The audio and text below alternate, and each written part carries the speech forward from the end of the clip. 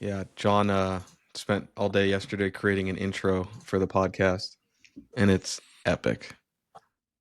I Do you also like it, dig, Scott? dude. The background you have right now is very in line with it. I like it.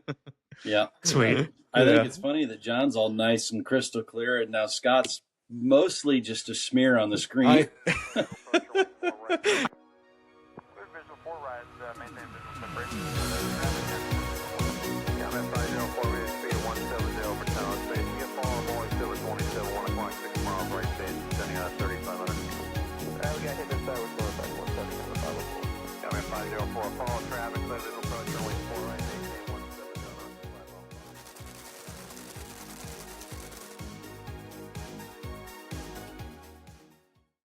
Hey, everybody, welcome back to the Autopilot on podcast. We have another guest today, Brent. Hey, Brent, welcome to the podcast. How you doing, Scott? What's up, Brent? Great. How you doing? And of course, we have John, who has not only moved out of the bathroom, but into what appears to be a full production podcast studio. And now I look like crap comparatively. I went from the bathroom to my Yeah, but car. Look at to that a beautiful full-on sunset studio. behind him, though. Yeah. Yeah, he's got the classic sunset. I'm glad I'm not there today. Yeah. Yeah. It looks like a nice terminal, though. Way better than Atlanta. Yeah, I don't know where it is. Maybe somewhere in Dubai. I see Qatar in the background. Is that Qatar in the back? Yeah, that makes sense. Yeah. And it I looks think like it's so, sandstorms. Well, It's in the desert. in the desert. Brent, why don't you tell us a little bit about yourself and your background and where you're at now, and we can go from there. Sure. Yeah. I'm pretty much exclusively a corporate background. I have a small, very little short stint in the airlines, but almost exclusively corporate, which has resulted in many, many jobs that I've had over the years because, you go to bed and you wake up without a job, apparently. And because of that, and of course, wife and kids and all of that, trying to be home has kind of landed me in the training side of things, working for one of the major, jet aircraft training companies that we have here in the country. Still on the corporate side, but working in kind of an interesting role that is actually a blend of corporate and airlines because of the way they train stuff. So tell us a little bit about your flying background. Mm-hmm. Yeah, so like I said, it was all corporate. Learned to fly very early. My grandfather was a pilot, which is probably who I would blame for all of this.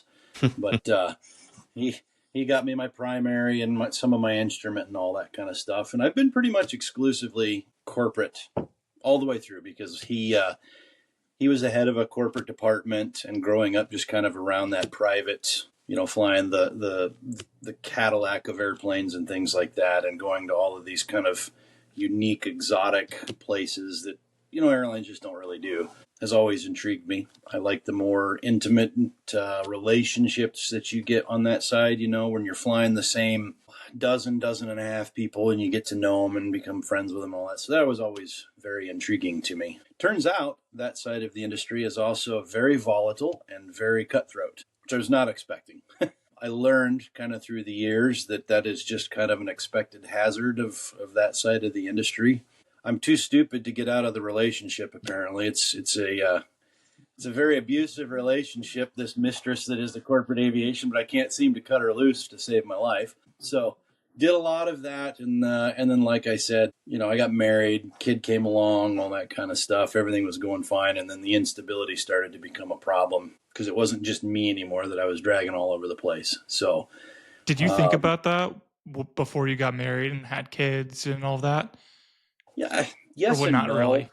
Yes and no. But, you're, in my case, at the time when I started down that road in my late teens, early 20s, and you're too stupid to know otherwise, it'll never happen to me. I look at my grandfather, who his, the 40 years that I've known him anyway, he's had 3 jobs in 40 years. So I was just like, well, that's what I'm going to do. There's nothing to worry about. And 2 of the 3 job moves he made voluntarily. So it was kind of one of those things, people would say it. I couldn't do that side because, the instability and all that. And I'm like, what are you talking about? It's not unstable. Like, look at my grandfather. He's been at this place for 27 years or whatever.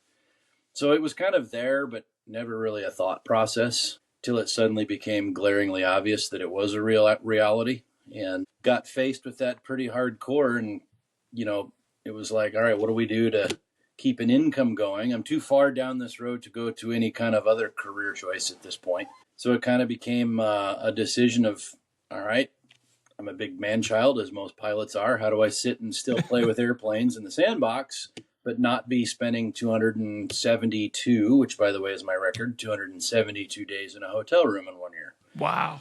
Rookie numbers. I pumped those numbers up. Yeah, rookie numbers. That's right. I need to start padding those. How do I get them up to 300? Right. There you go.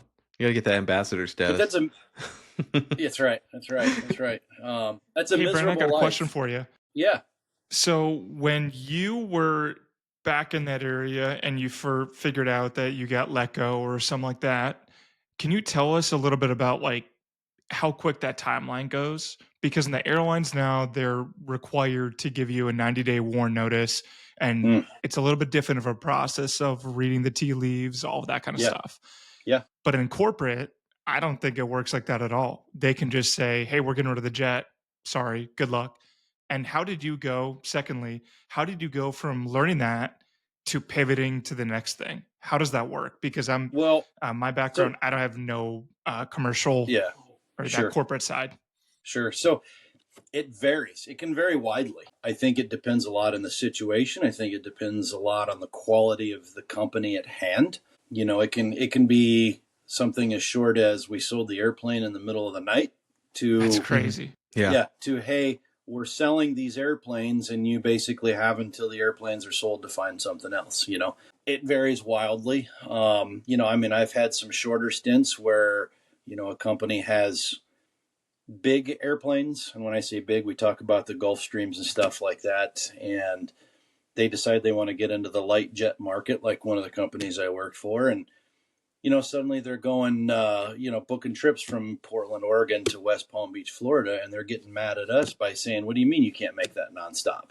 And you're like, it's a beach jet. Like our legs are like three hours at best. Maybe 4 if we really can get up to high altitude and things like that. Right. And then on top of that, you tell them you need an hour on the ground. And they're like, how can you need an hour on the ground to do that? And you're like, we don't have pressure refueling. Like they have to refuel it over the wings and put fuel in the trunk, which means the guy has to get a ladder, climb up on top of the airplane and stick literally like an automotive style fuel nozzle in the top of the airplane to fill this thing up. That's like crazy. It can't be done in an hour. And so they go on all of that for a little while. And then it's just like one day they're just like, hey, we're selling the airplanes. If you want to stick around, you can go over to the Gulfstream, but you're going to be on a 20 days on, 10 off schedule for the same pay. And so you're just like, I don't want anything to do with that. Did you have kids at that point or no? Yeah. Dude, that's rough. He was older. So me being home was not as important. I wouldn't say it wasn't crucial, but it wasn't like when he was, 3. What would he have been? 10 years old or whatever. But, and aside from that, I'm just like, I'm not going to go gallivant all over the globe for 20 days. Right. For barely into the 6 figures for a company that can't even comprehend what the light jet market was like. So it's like that. I lost another job for a really bizarre situation in the middle of COVID. And then other ones were where Scott and I actually worked together, where I met him at. They just kind of like drove their own bus off the end of a cliff, and we were all just sitting there looking around. What happened? So, well, we saw it coming, but it's been everything. Well, I mean, that's why we weren't on the bus when it went over the cliff. When it went off the cliff. We were smart enough to get out of the bus. That's right. So, and it's just everything in between. I've had a couple of them where I've left voluntarily because, more money was available somewhere. And, you never know. I was sitting in basically IOE for a charter company, making a third of the money I was making at the previous job that I lost in the middle of COVID. And everything was fine. And then this beach jet job just plops in my lap for twice the money. And you're like, you guys are paying me $50,000 a year, and this thing comes in and says, hey, we're going to start you at 97 plus, some other bonuses and stuff. Well, who wouldn't move? Yeah, 100%. Right? And so you go over there in good faith, and then 8 months down the road, they're like, yeah, this light jet thing sucks, so we're not going to do it anymore. And you're back on the streets again. So, hey, Brent, I got another question for you. So when you say these jobs just plop in your lap, kind of, How does that work in that part of the industry? Because in the airlines, everything is very hmm structured. You apply, your letters Yeah. are rack, you spend Yeah. $1,500 in app review, all those different Sure. types of things. Yeah. I've never applied to those different types of jobs. Can you just explain to our viewers, does it take a certain amount of experience to have those opportunities come about, or is it just networking? Um, It's, experience, I would say, is a part of it. There's certain minimum thresholds that you obviously have to make. If it's a charter company, you have to have 135 mins and all that. So there is a certain experience minimum. But on this side of the world, I would say it's far more important to be networking. And so when that, like in the case of that one that just literally plopped in my lap, it was nothing more than my best friend was flying for that company. And he was like, hey, we need another captain. You interested? I'm like, sure. He goes, send me a resume. So I sent him the resume. 3 hours later, they hired me. that's so crazy. Yeah. Just no interviews, no nothing because of his recommendation. And they're Network like, is well, we like critical. this guy. This guy's so good. We trust what he would say. It was almost like he was an extension of like the chief pilot office or whatever. So it was nothing more than here's my resume. A couple hours later, I get a phone call from the chief pilot and saying, hey, here's our goals. You cool? Yeah. All right. When can you start? And you're like, whoa, I got to make some phone calls here and figure this out. And that happens a lot. But I've done a lot of just, applying online, things like that. I had the Golden 91 job, as they call it, at one point, and that was a fluke deal. The guy that runs that department is very old school. I'm kind of an old school soul myself. I knew some people that flew for him, found out when he was going to be in the office, and I just put a suit and tie on and walked my resume and handed it to him in person. And Boomer way to do it. the That's what they always tell And I you remember guys. one of your Just that's walk right. in. Yeah, one of Hand the him a previous resume. episodes. It will work You were out. talking about that. Well, that's going out I'm there, glad you write brought down that up, tail Brent. numbers and Like stuff. we've heard that Yeah. over and over again now in the past few Yeah. episodes. I got the job just Yeah. by walking in the door with a resume. It's so unusual. Yeah, exactly. It puts you above Yeah. everybody else. It does. It does. And the fact is they were trying to hire 3 pilots at that flight department, and he had the approval for the 4th and had no intention of getting a 4th person. The only reason that I got the job as the 4th person was because I walked the resume in. And he flat out told me, he says, the only reason you got the job was I was so sick and tired of the blast emails that you could tell was a copy and paste. He says, you took the time to drive up here, track me down, and hand me a resume. He's like, that's all the convincing I needed. And so at that point, it was like the interviews were the formalities to just satisfy the HR department at that point. Exactly. Like the process was already done at that point. I just had to jump the hoops that I kind of had already ran around in the first place. It's a fascinating side of the industry. It really is. And I don't know if that lends to why I'm so addicted to it or not, but it's a very outside of the box kind of way of being in the industry for sure. That's the instability is what kind of led me to where I'm at now, where, like I said, I get to still play with airplanes. I'm home every day. My schedule isn't 14 hours as we always said in charter, Scott can back this up. 14 hours is not a limitation; it's a goal. It's an objective. I don't have those issues anymore.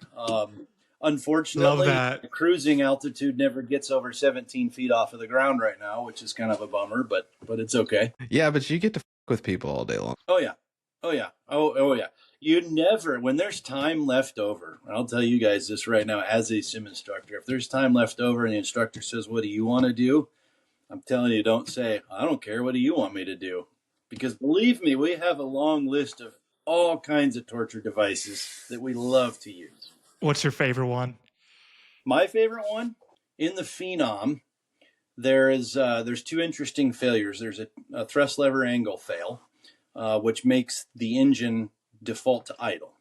And then there's another failure of one of the fuel metering units in there that the engine gets stuck at whatever power setting it was at when the fail happens. But the interesting thing with the Phenom is it hides all CAS messages from you until you're 400 feet above the ground, with the exception of some really, really major ones. And so I set one engine up to a TLA fail, one engine to an FMU fail at V1. at V1. So You're not going to survive that. it presents as a V1 cut until they get through 400 feet. And then suddenly they're looking through all this and they've got one engine completely permanently stuck at max power, one stuck at idle. Man. And then watch. And you have enough yaw control land the airplane. on What's to that? not to just spin it and go down.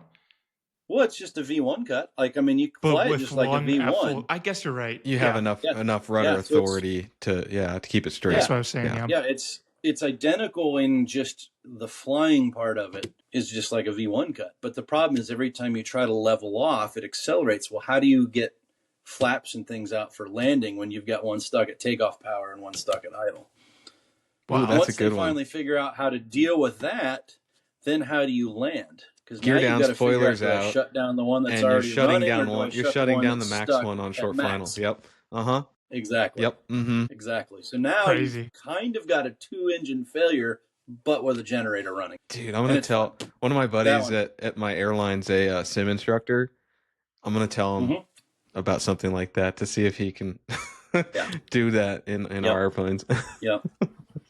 Yeah, that's always a fun one. I do like that one. I enjoy that one. That's good. So Brent, how did you go from corporate then to Simland? How did that process go? And what were the emotions of making that switch?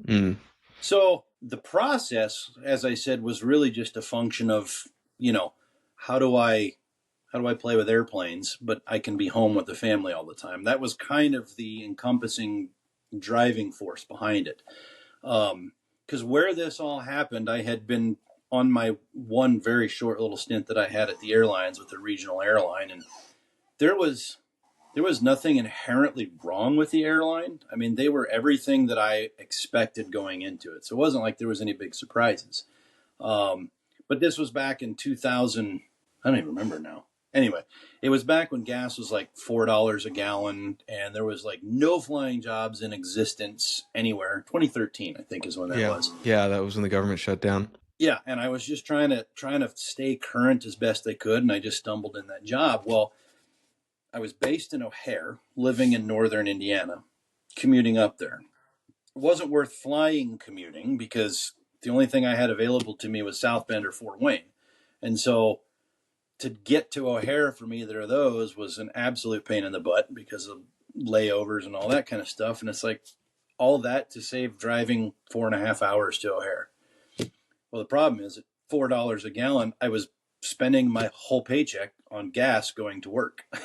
Which is how insane. much were you making back then in 2013? Like $30 I don't remember an hour? what my hourly rate was. I know I was on track that year to make $27,000. Yeah.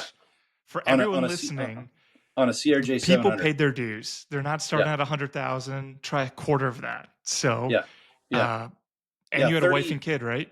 Yeah, $35 million airplane. I don't even know what a CRJ costs, and 75 passengers on board, 75 lives, and you're paying me less than the average McDonald's worker.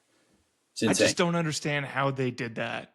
Forever too. Everybody was, and that's been going. It was a privilege to fly a piece of regional jet. Yeah. Well, dude, Great Lakes used to make you pay for your own training. Yeah, like crazy, and your own lodging and everything. Some of them would make you pay your own lodging, and you had to lodge with somebody else. You didn't even get a room to yourself. SkyWest was doing that until COVID. Mm-hmm. Yeah. Right. Crazy. Yeah, you had to share it with someone. Right when I got hired there, they changed that policy after COVID. Yeah. What I do know, though, if I was going through what you went through, I would have left. I don't know. I have a very short patience when it doesn't make any sense. Yeah. And I think I would have just been like, nope, this isn't for me.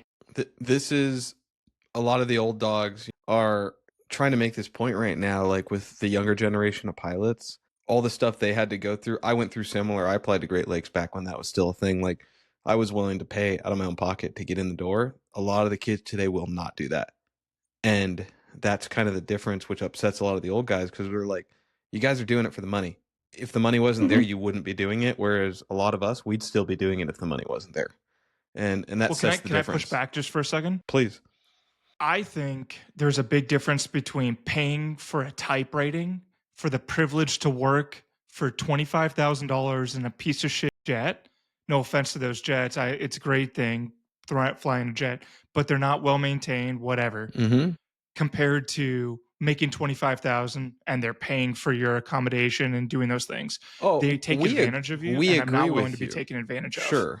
That's the thing. Yep. Yeah, we agree Yeah. with you, and that's why there's like, look, it's great that people are finally making what they're worth, but the question is not should we make what we're worth. The question is if the barrier to entry was you willing to make those sacrifices to get to the good Right. jobs later on, would you do it? Well, that's the thing. It was the appeal of the carrot at the end of the stick, or the gold at the end of the rainbow. As it was like, okay, this is the swamp that I have to wade through to get to the oasis on the other side. But again, that's also was the driving force to why I wound up in training like I am now, is all of that crap going on, and then the wife basically coming to me and saying, either we make the mortgage payment, or you find a different job, or we lose everything, because our bank account's going the wrong way. And I actually wound up going and working at Lowe's, of all places, stocking shelves, and I made twice as much money as I did flying for the airline. And so you get there, and that's a very sobering experience, because you're going, I hate this job.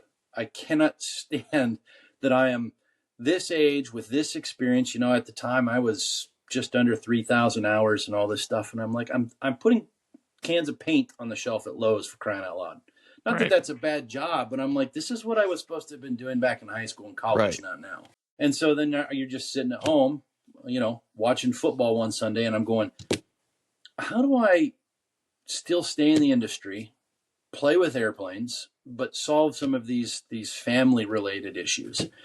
And then I went, what about sim training? So I applied at, one of the companies there, and I mean, they scooped me up really, really quick, and it kind of went from there. I did it for 6 years, and then found the Golden 91 job. I went and did the Golden 91 job, and that was amazing. To this day, I still lose sleep over the fact that job went away. I mean, it bugs me to death that I don't have that, because it was my dream job. If you asked me to write down on a piece of paper your dream job, that hit 99 of the 100 points.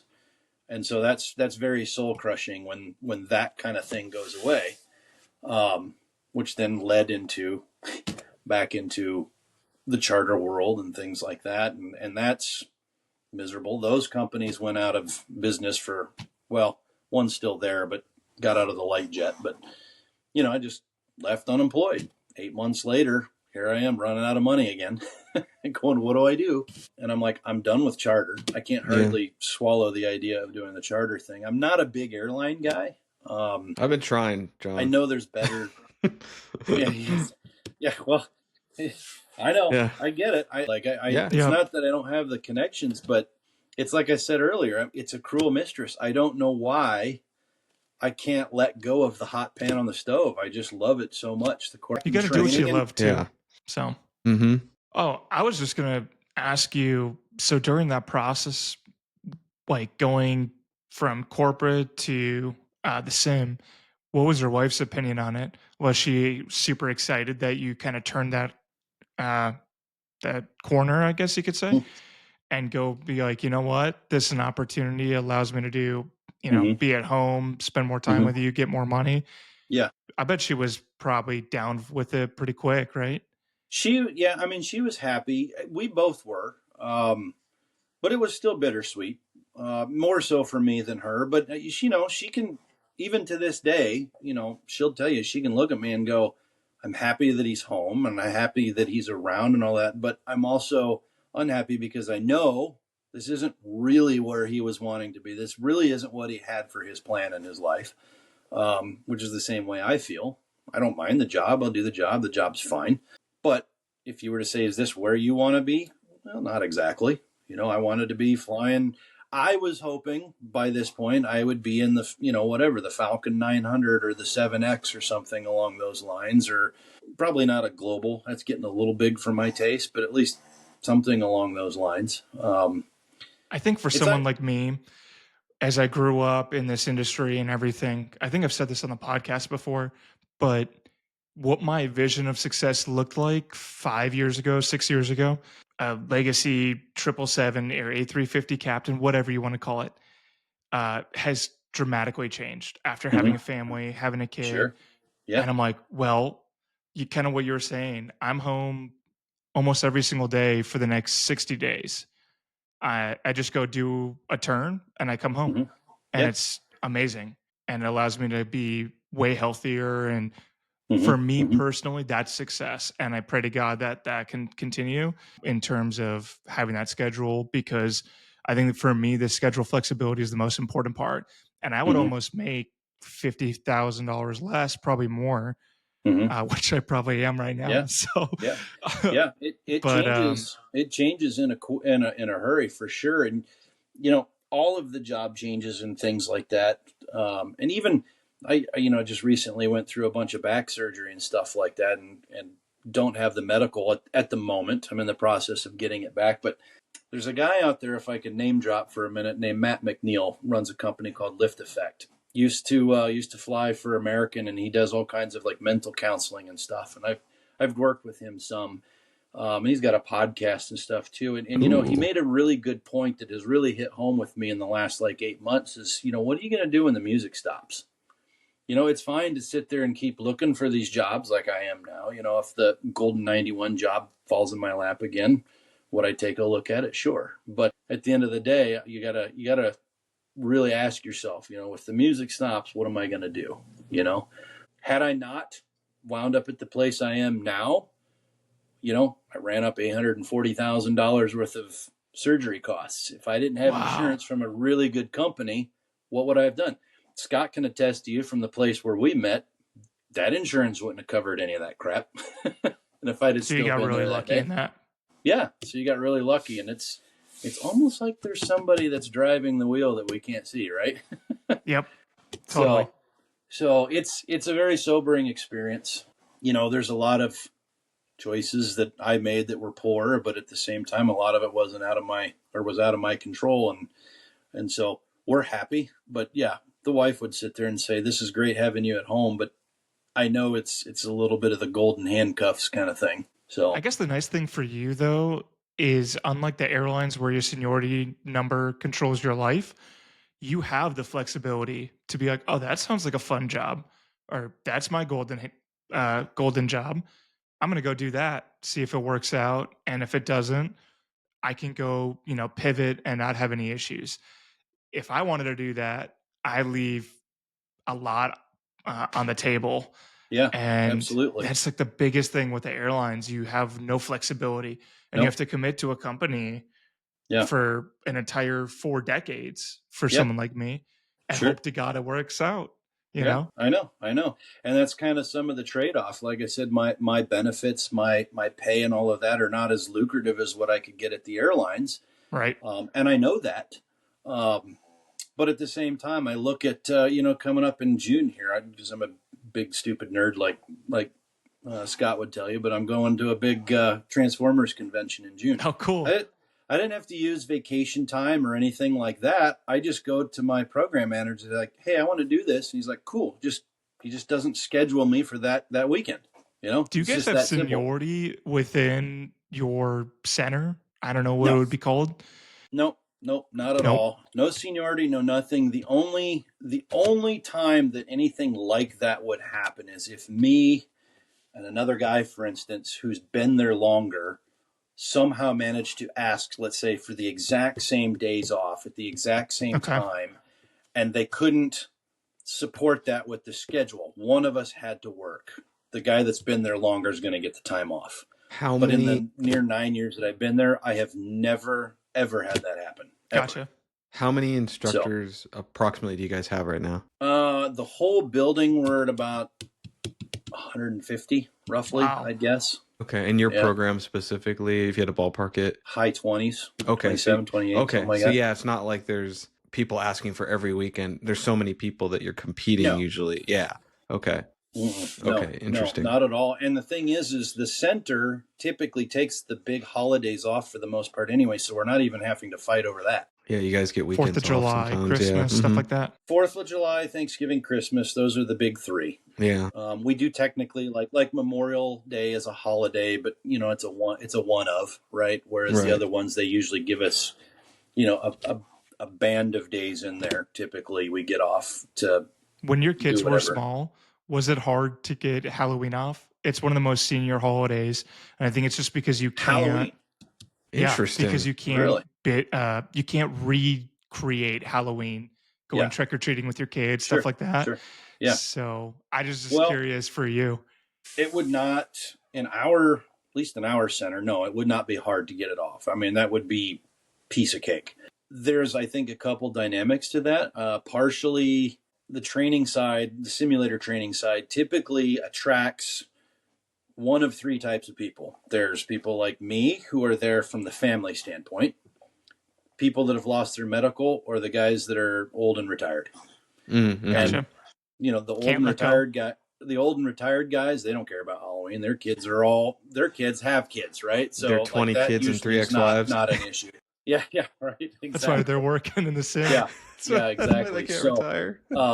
right, exactly. And since the way our shifts work, essentially in 6-hour blocks. Unless you work the night side of things like I do, like that's not even an issue, because even if you work that day, you're still done before any of those festivities kick off. So now you're down to, like in the case of me, I would be fighting over that with like 3 or 4 people. Okay. So Yeah, that makes sense. Not an issue at all. So when you get hired into that kind of role, explain to us, what does that process look like? What's the onboarding?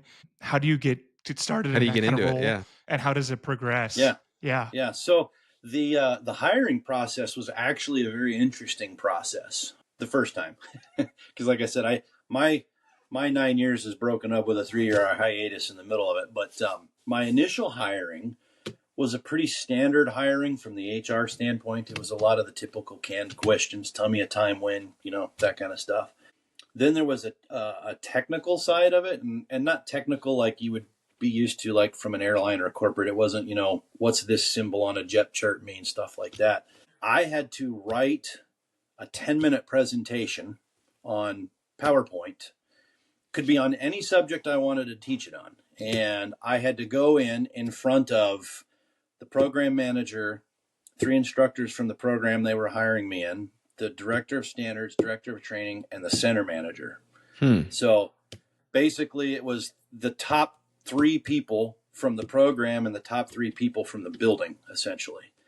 And I had to do I had to get up in front of them and do a 10-minute presentation teaching them on whatever my subject of choice was. I happened at the time to do the landing gear on the CRJ, but I mean, guys have done everything from airplane stuff to smoking a brisket to, we even had one guy That's awesome. that was hysterical that did the hot crazy matrix in his interview. Yes. Nice. Didn't get the job. A bummer. But I think there was a lot of people that if the HR department hadn't got involved would have probably hired him just for having the balls to do the hot crazy matrix. Yes. So, which is so funny. That's good. So once you go through that, then it's the Knights of the Round Table thing. They all vote on whether they think you're a good fit or not, and then at that point, you get hired. Then you come in, and it's what seems like a lifetime of CBTs. You get those out of the way, and then the process to becoming an instructor is insane. It's about 6 months if you're quick. Wow. Yeah, because like the way we do it, you come in, you get typed in the airplane just like you would be like if you're a client, right? So you get typed in it. So let's just use an initial as an example, not even factoring in the recurrent side of things. You come in, you get typed. Once that's all done, then you Do go you get to choose the through... type or no? No, they assign it to you. Okay. They generally assign it to you. When I came back after my hiatus, I did get a little bit of a choice to either come back to the Phenom that I was on, or I could have gone to the Challenger 350 or the 650. And I'm like, cool. It pays the same. It would have been, I'm already at 7 type ratings. Like I have no desire to learn yet another airplane. So it was like, just put me back in the Phenom. I know it. I love it. It's a fun airplane. Make it easy, right? But the initial hiring, no, they just assign you where you're going to go. So yeah, you go in, you get typed just like a normal client. Then you go sit through it a whole second time, all the way start to finish, sims, ground, the whole nine yards, and you observe it and just watch instructors teach. The idea basically is learning how to teach, like with the adult learning in mind. After that's done, you go through it a third time, practice teaching it, where you're either just teaching it to an empty room or occasionally one of the PMs will kind of just sit in there to like listen to you kind of thing. The third time, then you go in through it a fourth time and teach it under supervision.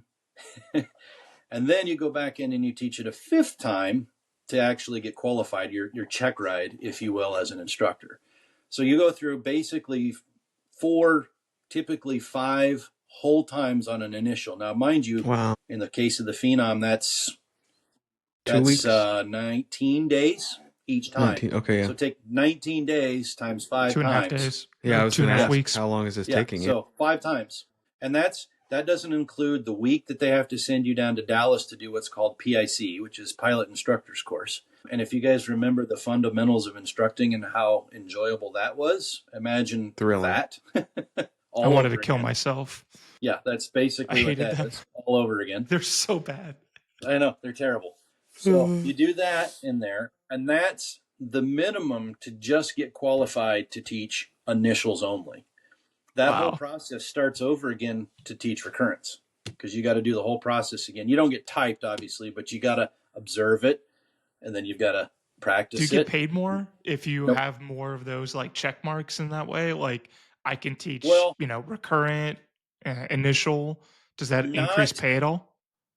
That's really convoluted where I am at, because we have some really bizarre setups there.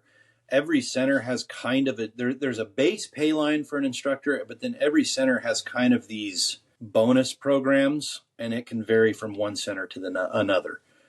Where I'm at, you don't get more pay for being initial and recurrent qualified per se, because we do AQP on the recurrent side, but not on the initial side. The AQP side has some bonus pay that you get because there's check rides involved in that. So there's some bonus pay you get, I don't even know what it is now, a couple $100 a person, I think, for doing a check ride. And it's not.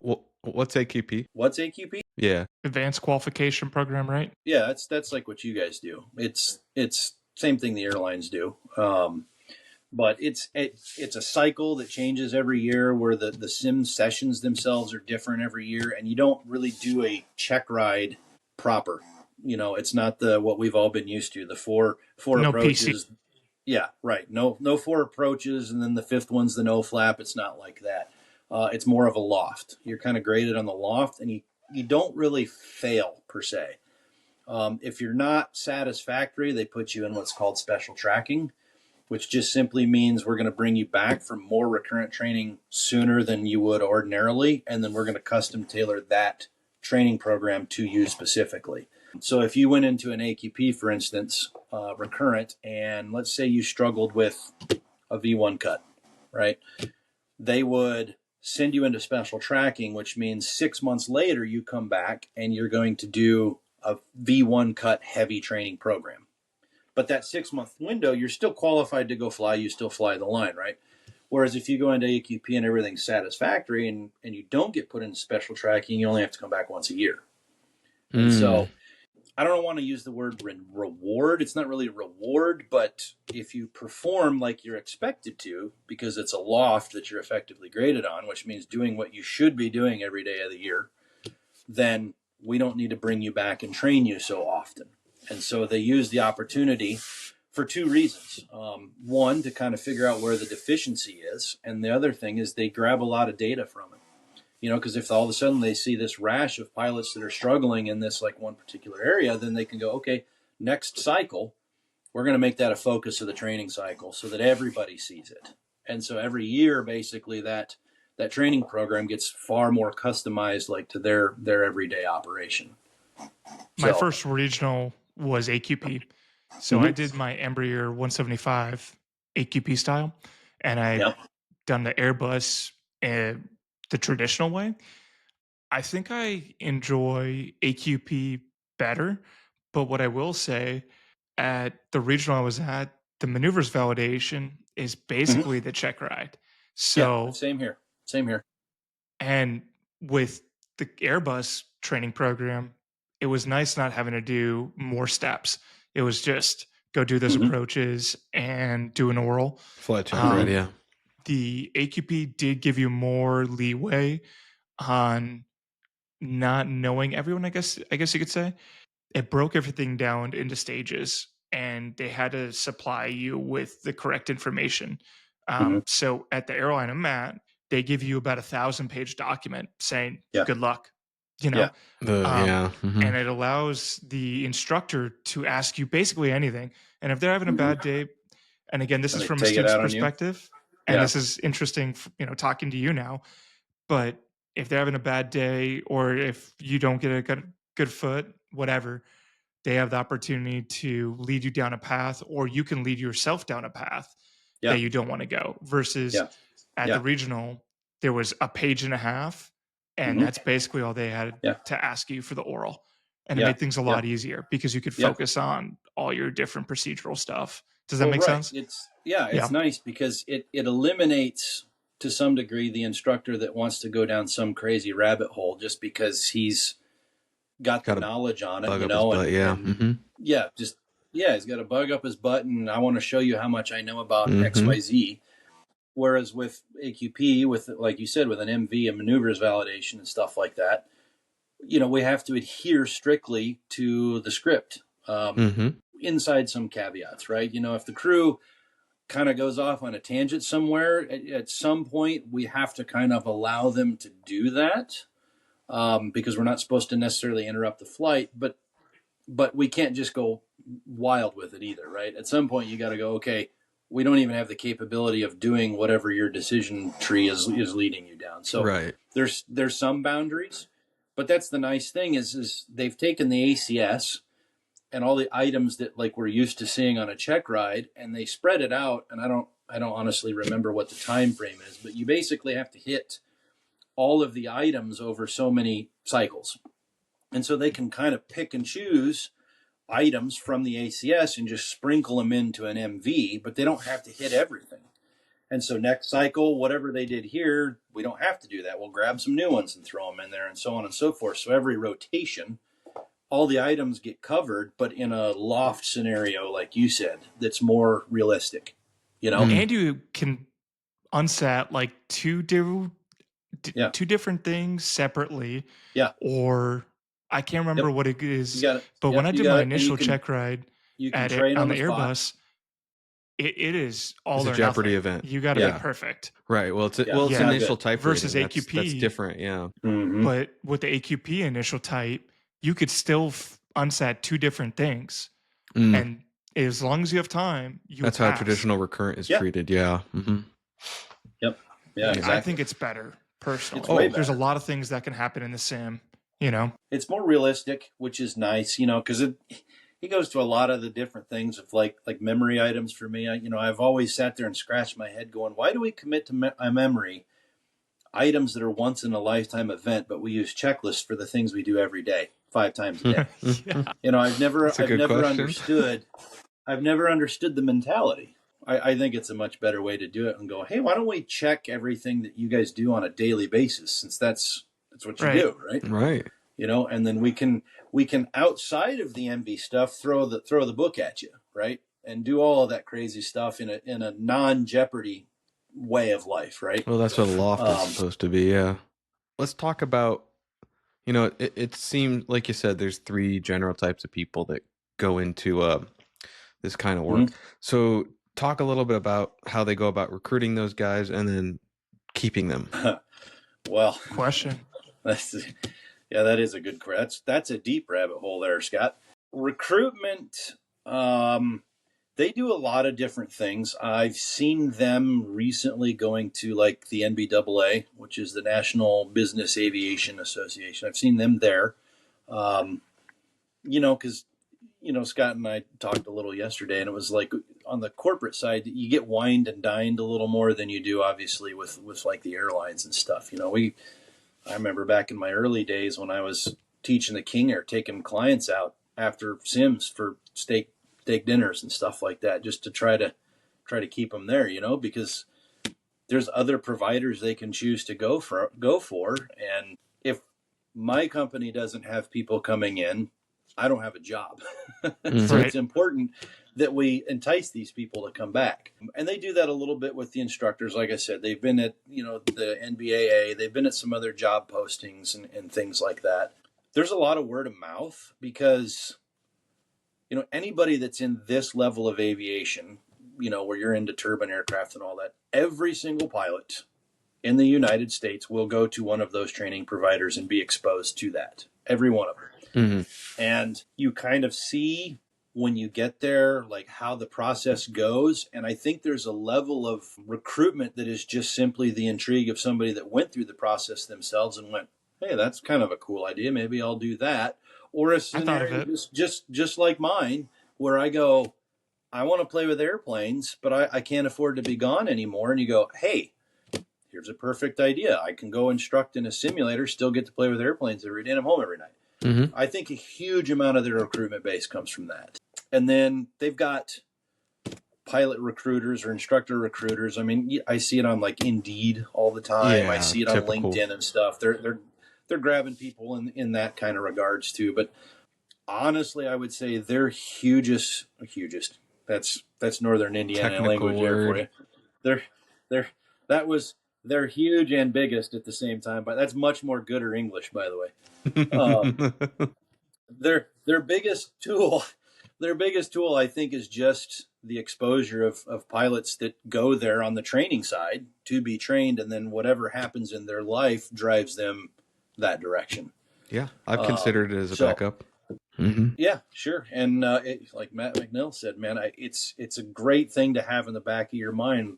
Like I said, when the music stops, what are you going to do? Because the requirements there, as far as being an instructor there, you don't have to be a current pilot. You don't even have to have a medical. All you have to do is meet the ATP mins and have an ATP. And so if you lose your medical, you still have the ATP.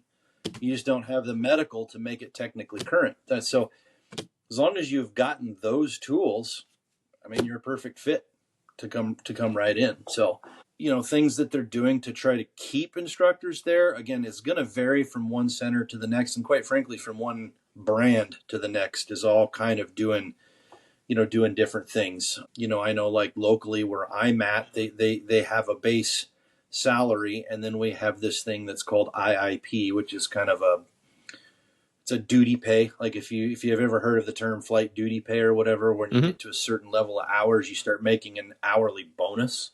Mhm. Gotcha.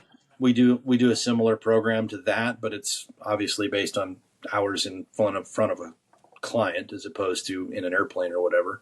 So they do things like that. Bonuses. We have where I'm at, and again, I can't speak for other centers, but we have a retention bonus. There's a they call it a qualification bonus, which I would say is the equivalent of a sign-on bonus. So they do some things. I think they're still struggling though. I think the numbers that they're putting up for us are not bad, but I still think they're not there to really lock people in long term. Still, I mean, even still to this day, we still lose a lot to the airlines because they can't or they won't compete. I think they could if they really wanted to, but they don't seem interested in competing with the airlines. And quite frankly, I don't even remember who said it, but somebody once upon a time said, you don't have to compete or pay as much as the airlines. You just have to do it enough to make the person think about whether they want to leave or not. Exactly. That's a great way to put it. That's Exactly. the thing. If you can sit there and look at your situation and go, I could Golden make handcuff. more at the airlines, but it's going to take me 10 years to get to the point that I'm at now. Is that worth the move or not? So you don't have to get to those numbers, Yep. but they need to understand we got to at least get to a point to make somebody think. And I don't think they're quite there yet. You've made the comment a few times now. You keep referring to the client and the customer. Can you go a little bit into that phraseology versus like what a traditional airline person would hear? Yeah. Well, with an airline, as far as I know, again, my knowledge on airlines is relatively minimal, but my understanding is your training is all being provided by the airline, and they should say, not you, but they are effectively leasing the simulators to do that, and so the training is all held in house. My side of it, we have the customer and the client. The customer would be the company that owns the airplanes that they're sending you to be trained on. So, if you work for Scott's Charter LLC or John's Charter LLC, you would be the customer. The client is the pilot you're sending to be trained. And so they entice those in different ways. They entice the client or the pilot in more of the taking you out for steak dinners, or in some cases like we do here, they cater in a huge like pizza party at lunchtime kind of thing, stuff like that. The enticement that they do on the customer side is, if you book the next 4 training of recurrent cycles for 2 pilots, we'll give you an X percentage off of each one of those events. Or, hey, we noticed you've been training over at, brand X. If we give you that same training and we knock so many dollars off of that, would you be interested in coming here? So they entice kind of the same people. And sometimes the people can be one and the same. I mean, there are certain organizations that the owner of the company is also a pilot, so he can actually fill both roles. Could be a client and a customer at the same time. But they do entice both sides, but in kind of different ways. How many different sim facilities or companies are there? Is it kind of like the airlines where there's like 3 or 4? Because I only know of one, but I don't know of other ones. Well, right now, there is 3 training companies that I would equate to the Delta United American. Big boys. That's the big triad, right? Mm-hmm. On the training side, you've got CAE in Dallas, you got Flight Safety, and then I think SimCom would be who I'd put in position 3. Which CAE owns now. I didn't even know that. Yeah, CAE bought they're SimCom. Now, so now we're down to basically 2. Mm-hmm. So now there's basically 2.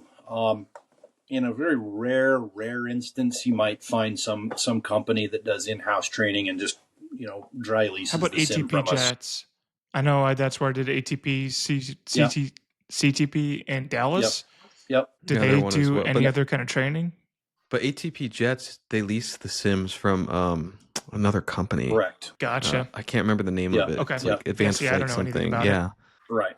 Okay. Because see, like Flight Safety owns the sims. Flight Safety builds the same. CA owns the sims, builds the sims. So they're kind of a more in-house. Those outside things are like Scott said, are leasing sims to perform their job. But Gotcha. I mean, CAE, Flight Safety, they're getting into ATP, CTP programs just on their own in-house too. So some of that market of those more fringe companies I see are probably going to start getting pinched when they get that stuff running. Hey, I got another question for you. Yeah. I think a lot of our guests we've always heard, it's $3,000 to run the sim per hour or whatever. Can you just break down how much does it actually cost to run a sim? Oh man, that's tough to say. I guess you could say. I have heard for somebody to rent it anywhere from as low as like $1,800 an hour to more into like what you said, the $3,000 an hour. I think from an electricity standpoint, it's significantly lower than that. I think the actual cost per hour to operate the sim is going to be more about the deal the company strikes to lease it. And that probably could vary wildly. So I don't know exactly. That's kind of hard to pin. Of course, just being the lowly instructor like I am, that's well outside of the wheelhouse of what I have access to. But I can say with pretty decent certainty, though, the actual hourly cost is going to come down to what you negotiated with the company that you're leasing it from. Yeah. So cheaper than the airplane, I can promise you that. Mm-hmm. Oh yeah. Yeah, and whatever they're going to charge you, it's probably going to be half of that. Crash an airplane once. Yeah. Plus, you can only crash an airplane once. You can do the sim as many times as you want. Yeah. How often do your sims break? Is it quite a bit, or because I know it's kind of funny. They seem to go in waves. My experience is you'll go like a while and the thing just runs great, and then all of a sudden for like a month, you're just chasing gremlins constantly, and it just kind of goes in a wave.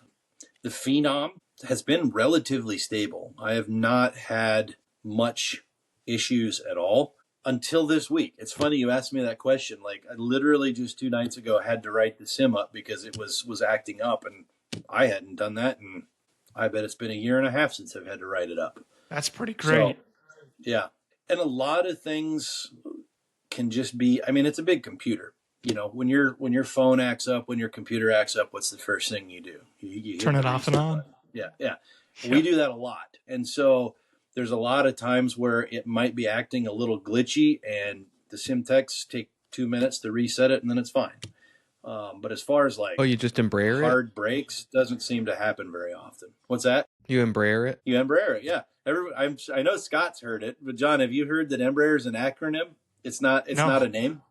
Oh, Embraer stands for Embraer stands for every mechanical breakdown requires an electrical reset. I've never heard that before, and I flew the damn thing. Every time when I was actually flying the Phenom, if I had problems, the first thing the maintenance would always tell me to do: turn it off, wait 10 minutes, turn it back on, and almost always fix the problem. Put it to bed, wake it back up, and usually it's fine. Did you unplug it and plug it back computer, in? Man.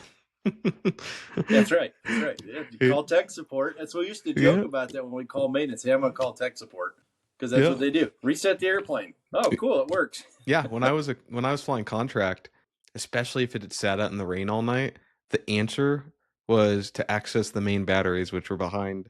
They're in the forward cargo compartment behind the firewall there.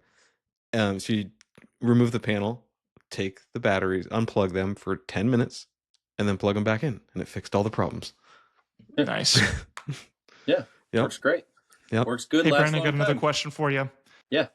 So, for all our listeners who are going to a new type rating and going to be your student, hypothetically, what advice do you have them? Because I think a lot of people want to know, how do I prepare for a new type rating?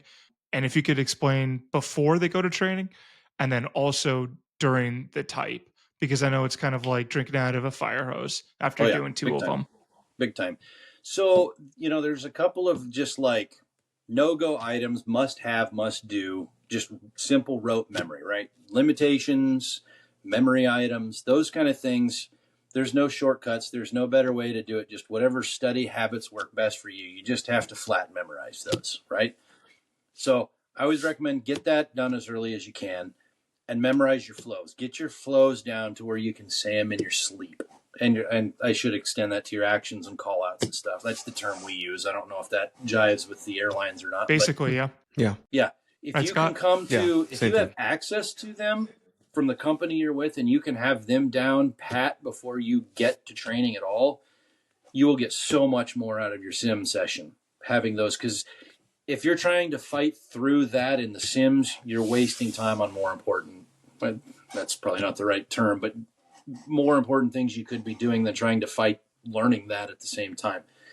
And doing it at home with the old paper tiger, the poster as it is, doesn't correlate perfectly to the sim. And we get that. Like, we understand there's going to be some stumbling in that, but the better you have those flows, those call outs and stuff down before you start, the smoother everything else is going to go. And the other 2 points that I think are the most important to me is if you get a break somewhere along the way, halfway through ground, halfway through sim, whatever, I always tell guys, dump the cash is what I call it. Dump the cash. Take that day, do nothing airplane related. Don't study, don't talk to anything. Go whatever. Go with another pilot and go get a couple of beers, play top golf or whatever. Go sit around the campfire at the hotel with a cigar or watch a movie. Just do something not related to the airplane, period, for the whole day. Don't work on memory items, nothing. Just forget that you're even a pilot. Just go back to being... Great advice. Yeah, do that. And that reset, that cash dump makes a huge, huge difference. That goes a long ways. And then I always tell guys on the check ride, keep in mind, we teach you to pass the check ride. We don't teach you to fly the airplane. We're teaching you to pass the check ride. Your IOE is where you're going to learn to fly the airplane, right? So keep that focus and realize or remember that our intent is to beat the crap out of you all week long in training so that the check ride is the easiest day of the week. We have a firm motto, train hard, check easy. And that's what we really, really strive to do, is make the training very, very difficult so that when you get to the check ride and you get done with it, you go, that was really easy. That was it. Yeah. That was really easy. That's our intent. So keep that in the back of your mind. That's not to say get lazy with it, but understand our whole goal is to overwhelm you all week to make that check ride the easiest day of the week, which is hard for people to let go. The check ride itis, the brain thing, like I get that, but try to remember that the whole point is to make that the easy day. Where do you see people failing? I know you kind of the inverse of not doing those things that you said to do, but what do people struggle the most with? Well, that's an interesting question. In full disclosure, I'm not an examiner, so I don't do checks at the moment. However, I do notice that all throughout training, everybody is always focused on the V1 cut and the circle approach. Everybody, every time when there's time left over, what do you want to do? I want to do a V1 cut. I want to do a circle approach. And the one area that seems to give people more trouble is the single engine mist. Single engine mist. Never, ever get anybody say, give me a single engine mist. I want to do a V1 cut. I want to do a circle approach. And I'm like, you get like 5, 6 of those throughout the week, and we do the single engine mist like twice. Right. I don't know where circle approaches and the V1 cuts became so scary to pilots, but that's not the hardest thing that you're going to do. The single engine mist is definitely the hardest one to do, for sure. I agree. So, especially single pilot. In my training, go ahead, Scott. Especially single pilot. Yeah, single pilot's rough. It is rough. Yeah. No, I was going to say the funny thing that you said about single engine mist on the Airbus, the way we train it is basically you don't want to pull open climb. You want to let it accelerate until 1,000 feet above field elevate or above minimums. I'm sorry on that one. Usually we train it in Denver or something like that, where we do a right turn after a certain amount of time or whatever. But on this one, the guy brought me to Seattle, and it was basically we went missed. The engine was already failed, and then ATC gave us some kind of climb and maintain because I think the missed approach altitude was like 2,000 feet, or it was something really low. And I'm so used to just going by the robotic book of saying like, this is when I'm going to do it or whatever. And right when I heard him say climb maintain 3,000, I pulled it open early. Yeah. And so he's like, I'm like, oh shit. Bitch. So really quickly, all I did was spun the speed or selected the speed at a lower speed. And the instructor was like, that was really good thinking, because usually people would freak out and let it accelerate and you're screwed. Yeah. But in that case, like your point, I'm so used to training a certain type of way where once you deviate from that, can be challenging when you're in your check ride. It was 4:30 in the morning too, so that could help. Gross. So all those things putting together where the single engine mist, yeah, I agree. It can definitely give you some trouble if you're not thinking it through and have some practice with it. Yeah, and that's where I see probably, again, like I said, I'm not an examiner, so I can't speak to the specifics of who's failing what and where, but I would say throughout the week, training-wise, that's probably the area that I see more struggle than anything is the single engine mist. And of course, like Scott said, we're even worse because we're in an airplane that has little automation, and a lot of the training is single pilot training. So you're doing all of that and flying by yourself, which makes it even crazier. Now, that's kind of on my particular program, because some contract issues, we don't see tons of single pilot guys, but we do get them every now and then. So most of it's crew, but even with crews, that turns into a goat rodeo in a hurry, man. Real quick, yeah. It is big time.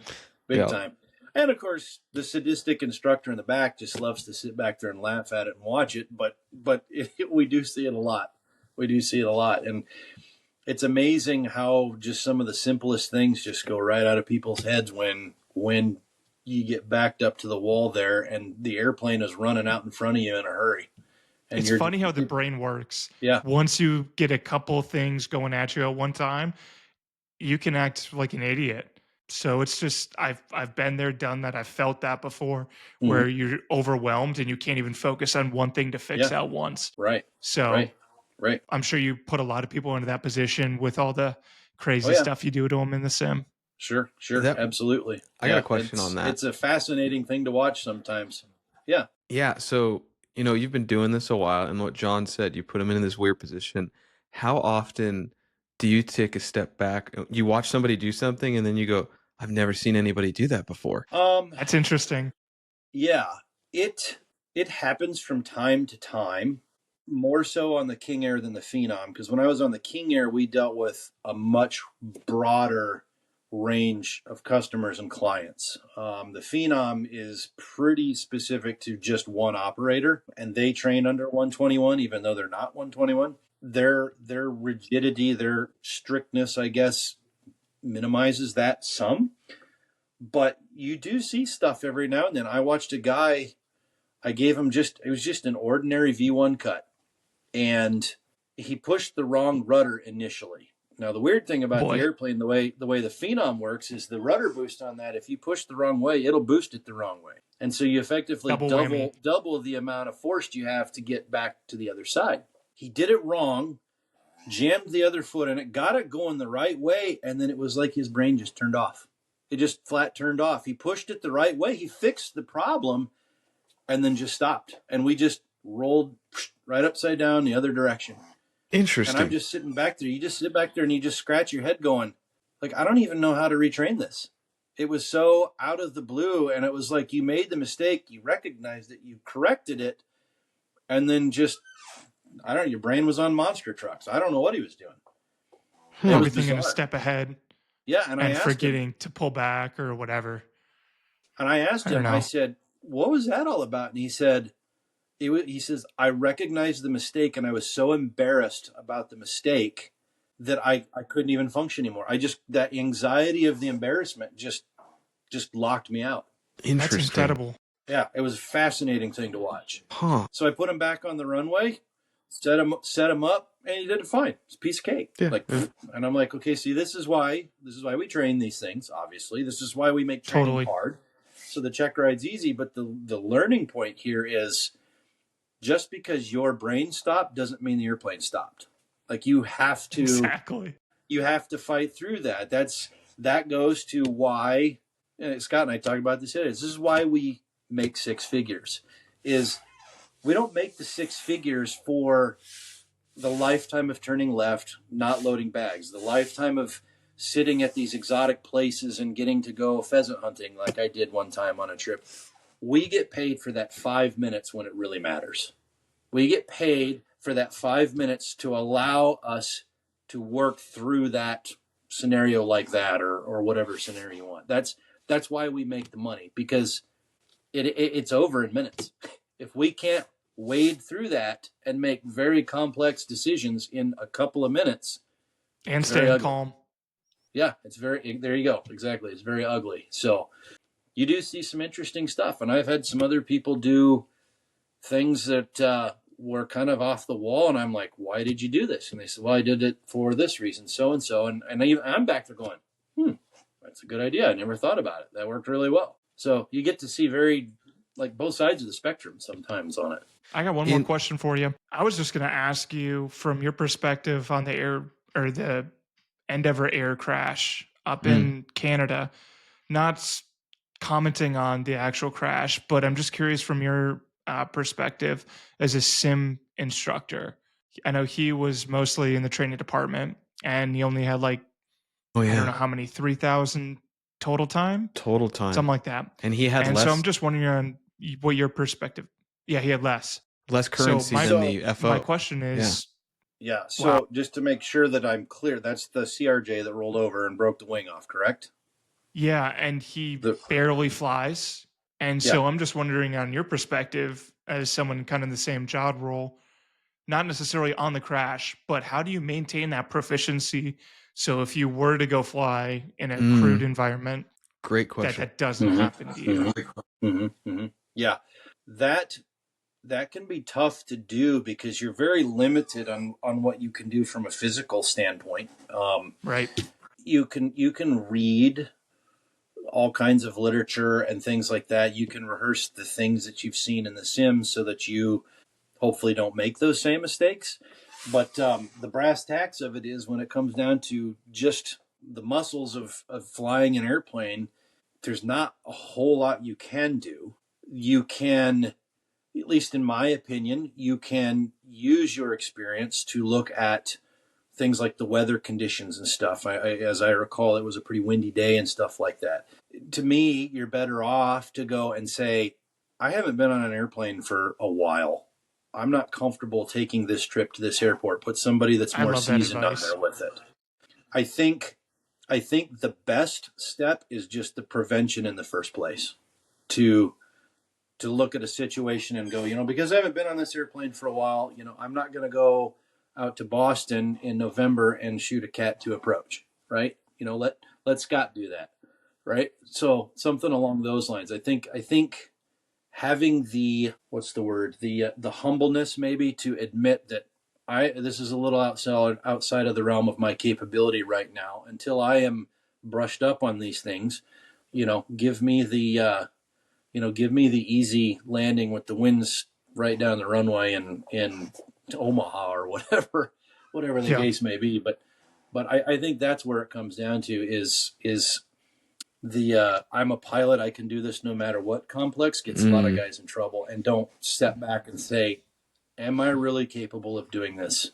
Even if the airplane is capable of doing it and things like that, maybe you should step back and just say, am I personally capable of doing this? And I think that's where good training comes into place is, we do a lot of that in the sim. We put guys in situations to see what their decision basis is on it, knowing that this is an unsolvable situation, or because I'm a geek, the Kobayashi Maru kind of thing. Do you make the decision to avoid the problem altogether, or do you just drive through it thinking you can figure it out? Right. I think it's great advice. Great because advice. a lot of guys, for me, it's hard to be like stepping back and saying, I don't think this is a smart idea, and not executing on it because the mission doesn't call for me not doing it. It wants me to do it. And the company, you feel all that pressure on you to do that. And I think it would be a smart thing for the airlines to look at their training guys and saying, how much time have they actually had in the real airplane? Maybe we should have them go out with the check airmen and do a couple landings with them under supervised condition. They know how to train the airplane really well in the sim, but that does not always correlate, like you said, to actually seat of the pants flying. Yeah. And Yeah, I see. That would be a question I would ask, not to pick on the Endeavor crash, just because that's what we were talking about. I would like to ask that person, which is more damaging to your self-esteem or your ego, being put on IOE for a month or two, or rolling an airplane over and breaking the wing off of it. Great question. Which is going to hurt you more? Yeah. I wouldn't be surprised if something comes of that, of internal policies or CFRs changing. Sure. Saying that if you're a sim instructor, you need to go do, I don't know, 3 touch and goes. Well, there not is. touch and goes, but Yeah. three legs with a check airman every 3 months. Yeah, they have to have their 90-day currency, but that's all the regs require. Yeah. Right. Yeah. And the airline doesn't want to pay for it, probably. It's an easy solution, like you said, John. You put some minimum requirement, whatever it is, three tours. That's a term that I use. I don't know if that's what that is in the airlines, but 3 tours with a check airman, and you basically put them on like you would with a highman's captain. For the first 50 hours, you can't have winds over visibility over and you just set that in there, and it's like, this isn't designed to be a punishment. This is a protection for you. Not us. Totally. I love that. Yep. I mean, I think love that it. should be, honestly, the airlines need to start looking at that, because I don't think anyone's talked about changing those policies. Right. And I think this is something that is really pivotal. If they want to fix it from not happening again, that's a great start. Totally. Putting those, limitations on highmen's captains. And it's not, like you said, you're not punishing them or belittling them. They were saying, hey, man, let's be real. You haven't flown for a year and a half, except for, doing 3 touch and goes in the sim or whatever. Are you really qualified to go do Denver at max crosswind with low level wind shear with the green FL? Like, come on. No. And guys need to understand, guys and gals, pilots need to understand. You're so PC. You do work for a big corporation. Yeah, I know, right? Exactly. Don't even get me started on that soapbox. But it's not a shot at your skills. It's not a shot at your capabilities and stuff. It's just like, I used to play baseball. when I was younger and I was pretty good. You put me out on a baseball diamond right now, I'm not going to perform at all like I used to, just because I haven't done it in a while. Right? It's anything. Like there's nothing wrong with, taking an easy one for a little while, get yourself back in the game and get caught up, because my my grandfather always said it best on the corporate side is, I can ruin this company faster than anybody else in this company. Anybody. Not just from what you consider the cost of the airplane in millions of dollars, but what if the CEO is behind there? Think of that if you're flying for a Fortune 50 company and you do something stupid. Not only are you out the money, the in and out crash, the lawsuits, and killing the CEO. A pilot can do more damage to a company than any other employee in that company. Guaranteed. And so why wouldn't you want to step back and say, I need to slow down a little bit. This is out past my comfort level right now. It's hard for pilots. It is, it's man. So we're Type hard. A, man. We own the world. We're going to figure out how to make it. We whine and complain about the company beating us up all day long about duty time, but do you think we ever say no? Because we're Type A. We're going to get it done. We're get it done minded, and it's our own. It's both our best quality and our worst quality. Some of the stuff you're talking about ties into, we're talking about the Endeavour crash. Tell us about the levels of experience you're seeing in the simulators now with the shortages in the corporate side. Oh man, dude, I'm telling you what, you want to talk about a shock. When I left my company, my training company, the first time and went and did that Golden 91 job and all that, and then I came back, I was blown away at the difference in the experience level. My first tenure when I was there, a normal crew member, just like on the initial side, as an example, was probably approaching the high fives, if not even creeping towards the 10,000 hour mark, usually on their second or third type rating, sometimes more. Because when I was there, that was back when our main customer was going through a lot of captain upgrades, but there wasn't a lot of hiring. So we were getting guys that were FOs with the company for several years and already been on a couple of types. They're coming over for their first captain job. There's this huge experience, right? Now we're seeing guys with ATP bare minimums, less than 2,000 hours. It's very rare for me anymore to see anybody have a type rating or any jet experience or even turboprop experience. Most of these people are coming right from the saddle of a 152, 172. Maybe you'll get an Aztec or something like that once in a while. Straight into the Phenom. And the Phenom's a light jet. It's a small jet, but Scott, you're typed in it. That is not a slouch of an airplane. It's a light jet, but it's not a Citation 500, man. It is a hot rod of an airplane. It's fast. And you're going from an airplane on a good day, it's climbing 1,000 foot a minute on a good day, to an airplane that does 6,000 foot a minute on a bad day. For example, that's crazy. The Phenom goes from airport to 450 in 10 minutes flat, fully loaded. No way. Yahweh. Yeah. It's awesome. It's awesome. Incredible. Wow. Incredible. I went out of Salt Lake City, 96 degrees, 4 passengers, 4,300 pounds of fuel, which sounds like nothing to you, I'm sure, but that's almost a full load of gas. That's like our min fuel. Yeah, I know. Almost a full load of gas in the Phenom, but we went from Salt Lake City at 96 degrees to 410 in 18 minutes. And that's including the ATC delays, the step climbs, the whole 9 yards. It's an awesome airplane. And the 300E's got an extra, I think it's 12% more power than the classic 300.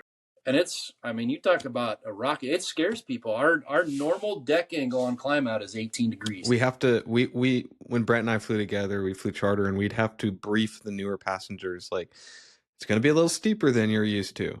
Just so you're aware, it's not unusual, because it really is a steep angle. I would be climb. nervous. Yeah. If I was on a private jet for the first time and we're deck angle at 18 degrees, that's pretty crazy, man. Yeah. That's and awesome, though. Yeah, and this is, you're taking kids. I say kids all the time. You're taking kids that the best performing airplane that they've ever seen, like I said, is maybe a 310. A Cessna 310 or a Beech Baron or something like that. Which is you're putting them in this, and they're behind the airplane by a week and a half. Totally. It's incredible. It's incredible. Most of them get through, and by the end, they're pretty sharp. What I do like, their book knowledge is great because they're young, they're hungry, and I mean they can tell you the grade of steel the bolts are made out of that hold the accessory gearbox on the airplane, for crying out loud. But then you put them in the airplane, and they're just lost. They're lost. They're sitting Most back at of the them do come terminal when you're around, but landing in Florida. yeah, right, and they do fairly well, and yeah, exactly. And they get through it most of the time, and everything's fine. And I think the vast majority of them are okay. But there has been a massive downshift in the experience in the cockpit, and it does concern me a little bit. Even in the airlines, it concerns me a little bit. What are the biggest weaknesses you're seeing? The biggest weaknesses being behind. Is it yeah, energy management? Something like that. Definitely energy management is a big one. And it's hard for me to necessarily call it a weakness when it's just something they've just not been exposed to. Because they don't go through the hierarchy that I went through. They don't go through the hierarchy you did, Scott. I don't know kind of what your background is, John. But, when I was coming up, to sound like Grandpa here, or when I was a kid, it was, you got your primary, you did some stuff at college, right? And you did CFI at college for a couple of years. You went and beat the tar out of your brains in the middle of the night flying a Baron or something in the midnight cargo run. Every now and then you'd get lucky and get called to swing gear in a King Air for a couple of years. And then if you're really lucky, about 3,000 hours or so, you'd get the call to go fly somebody's crappy old Citation 2 somewhere. Yeah. And that was your first jet gig.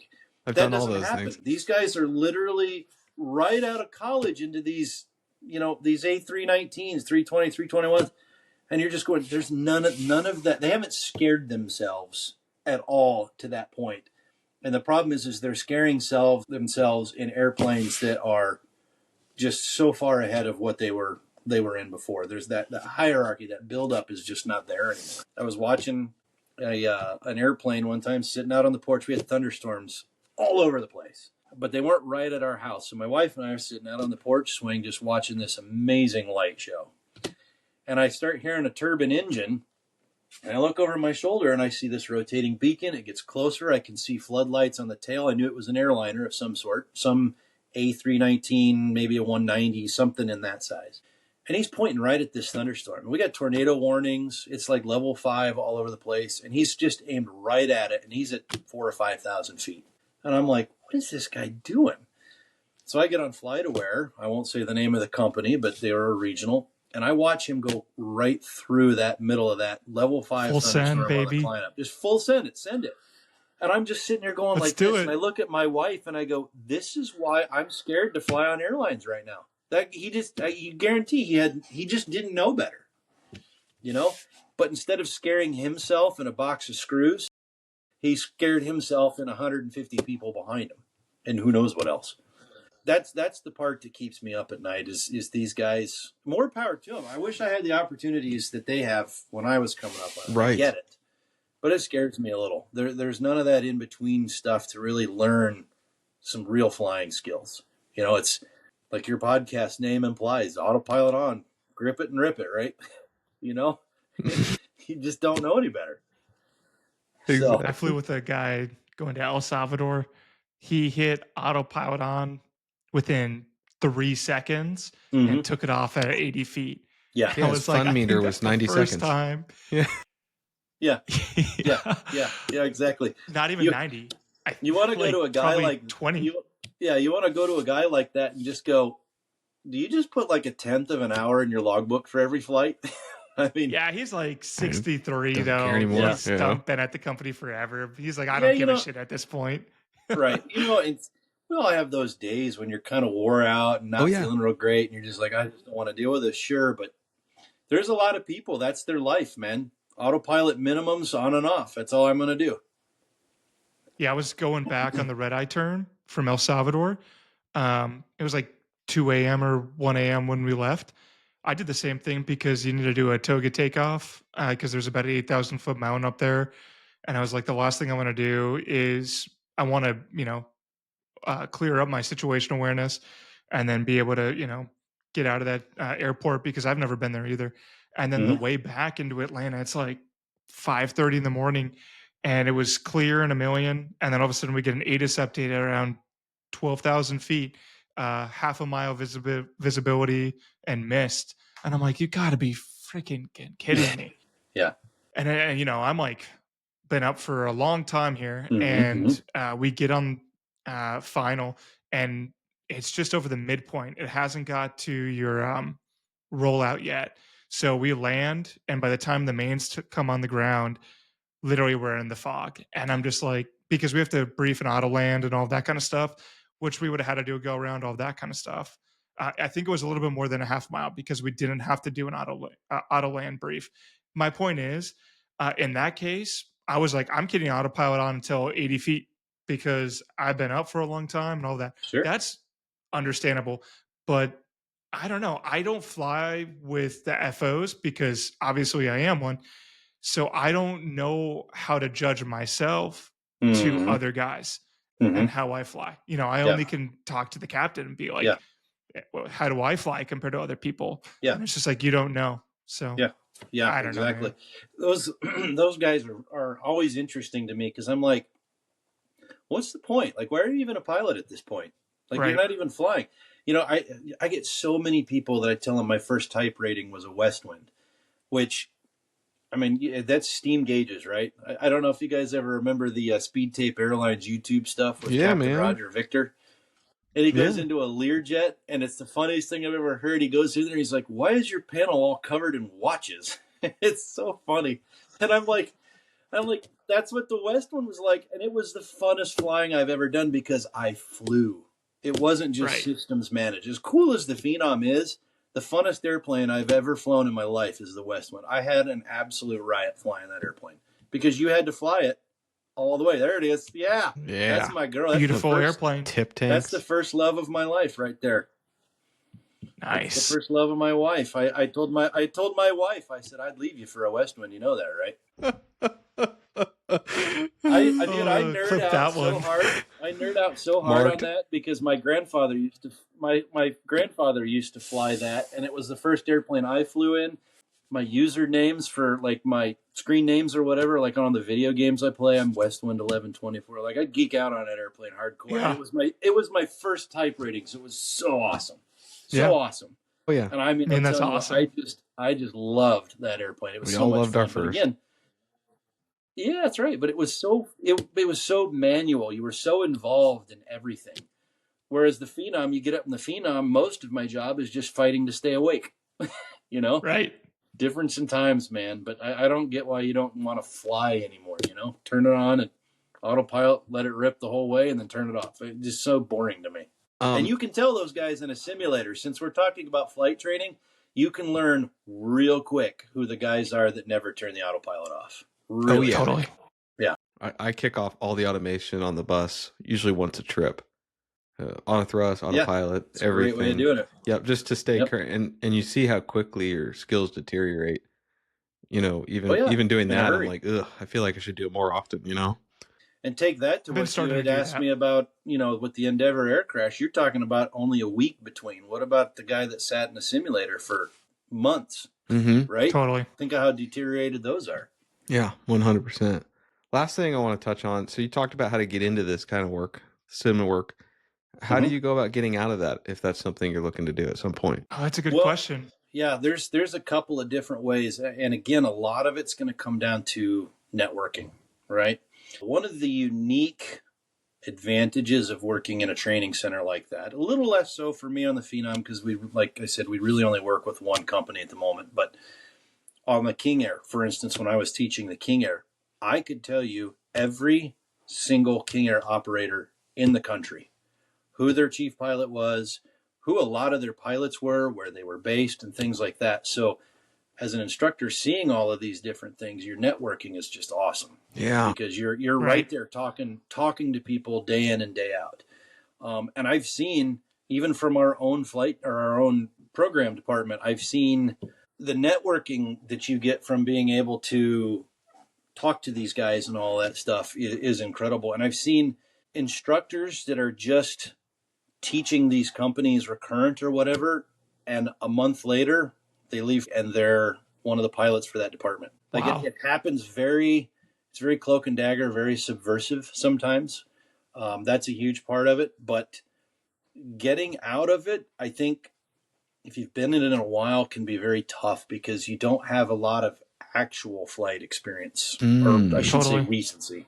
And that can be very, very tricky to do, which is where the networking really comes into play, because you got to demonstrate to these prospective employers and stuff that I can still fly an airplane, even though I haven't necessarily flown it.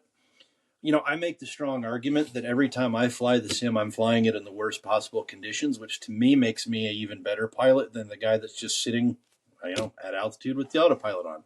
So I try to make that argument when I do talk to people, or when I should say, looking for ways out and stuff like that. But as I told you before, the job that I got that got me out the first time was nothing more than I just happened to be the guy that impressed him because I walked the resume in. It had nothing to do with my experience or the lack of recency. It had nothing to do with that. It was just that I took the time to invest that custom step, if you will, to talk to that person. If you're wanting to get out of it to the airlines, I think that's less difficult, because I don't think the airlines, because of their training programs and how lengthy and in depth it is, I think for most of them, the fact that you haven't recently flown in the airplane is probably not as big of a deal as it is to somebody on the corporate side. Again, as long as you're kind of at these minimum levels, right? I don't think they look at that as quite so much. What can help that a lot of us do that are able to, if you have a medical, is go out and contract fly. You know, you get a 4 or 5 day stretch and somebody calls you and says, hey, I need to repo this phenom from, I don't know, Detroit to Nashville or something. We'll give you $2,000 a day to do it. Sure, you're staying current, you're actually flying the airplane, and you're getting paid extra money to boot. And fortunately, my company is okay with you doing that. That's great. Other centers sometimes actually even allow you to, or they will contract your name out, because sometimes they will call, the companies will call and say, hey, we need some trip coverage. You know, we can't find anybody. Do you got an instructor that's current with a medical that we could use to sit right seat in the gear? And that happens. Yeah, when I was full-time contracting, we had to compete sometimes with the instructors, because there'd be a third-party company that's trying to fill a contract slot, and they'd reach out to CAA or flight safety. You know, it was an issue. Issue in the sense of competing for jobs. Yeah, exactly. So I would say networking is your big thing. And if you're thinking about getting out of it, at least short term anyway, you got to be kind of hungry to fly again. Kind of like you were when you first started and you took every single thing you could get, but take every contract trip you can get. Anywhere you can put a minute in the logbook to show recent flight experience, at least eliminates that variable. Now you're down to, just how do I impress them as a person? I think that's important, because in the back of their mind, if you have no experience, recency, they're going to be like, well, I don't know, can he still do it? Even if you have 20 hours, 15 hours, they can be like, okay, he hasn't done anything wrong or whatever, like in that sense. He just needs more time now. I think they're much more willing to overlook, as long as you have some kind of time and you've went out there and been a professional pilot again. Sure. Does that make sense? Sure. Yeah, it does. Yeah. It does.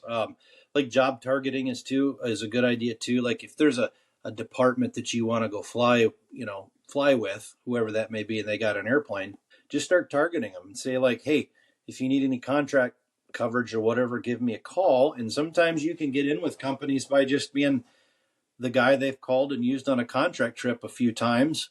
With corporate especially, a lot of times it's less about your experience and more about how are you as a person on the road. How are you at the bar? How are you at the dinner table at Outback Steakhouse or whatever? It's more about that than, how well do you fly a steep turn? Right? Yes. So sometimes just getting yourself into that market and being like, hey, I've got these qualifications. I'd love to just swing gear, do some contract trips for you or whatever. And that's a good way to get into it too. But some of it is about just you just got to get hungry for it and be willing to maybe give up some of your days off to just go sit in an FBO somewhere on a contract trip, things like that. So awesome. Something I thought about while you were talking about that, Brent, was I know they used to do it. Did these sim centers still do the right seat programs, the seat support programs? There's a few of them. Okay. There's a few of them. I know that's really big in the Gulfstream program down in Savannah. I know they do a lot of that. I don't see that much in our center. Okay. When I was at Wichita we would get it quite a bit, particularly on the Hawker 4000 of all weird things. We'd get a lot of that, but it does still happen. It comes down to like who the customer is, because some customers you can't do that. Like you have to have somebody that's employed by the company to sit in there for any of their training. Right. So it's very, very hit or miss. I think that's part of why we see it less here where I'm at. But I did see quite a bit of it in Wichita, and I know Savannah does a lot of it. Yeah, I wanted to highlight it because I think a lot of people don't consider that as an avenue for quote unquote time building. But I've talked to several guys who were low time pilots who got hired on as a right seater, and then they were in the Gulfstream program or something. So this guy's got, 700-800 hours, and he's sitting there networking, flying right seat in these simulators. And within 6 months, he's a right seater on a real Gulfstream right away. Like it's a good, unusual avenue you can consider if you're trying to break in. You'll get a full G4 type or whatever at 500 hours. You're not marketable for anybody. Sure. But you got the type. You sit there, right seat, swinging gear, and next thing you know, you hit the magical 1,200 hour mark. Seems to be what it is in the corporate world. Next thing you know, like you said, you're sitting right seated on a Gulfstream, doing wherever. I know a guy here local at a very, very big insurance chain, insurance company, whatever. They're based here local, and that's what he did. He was just a seat filler. Next thing you know, he's in his 16th year PIC on Challenger 650s with this company. It's crazy. Yeah. And he started out with just a few hundred hours just swinging gear. And now he's, CAM certified, which is NBAA certified aviation manager program. He's one of their lead captains and all that. The dude went from a 172 right seat in a sim to one of the best jobs he probably could have ever had, and has not been anywhere else, nor will he probably ever go anywhere else. It's awesome. So there's just wild ways to get into all that kind of stuff. Yeah, that's thinking outside of the box.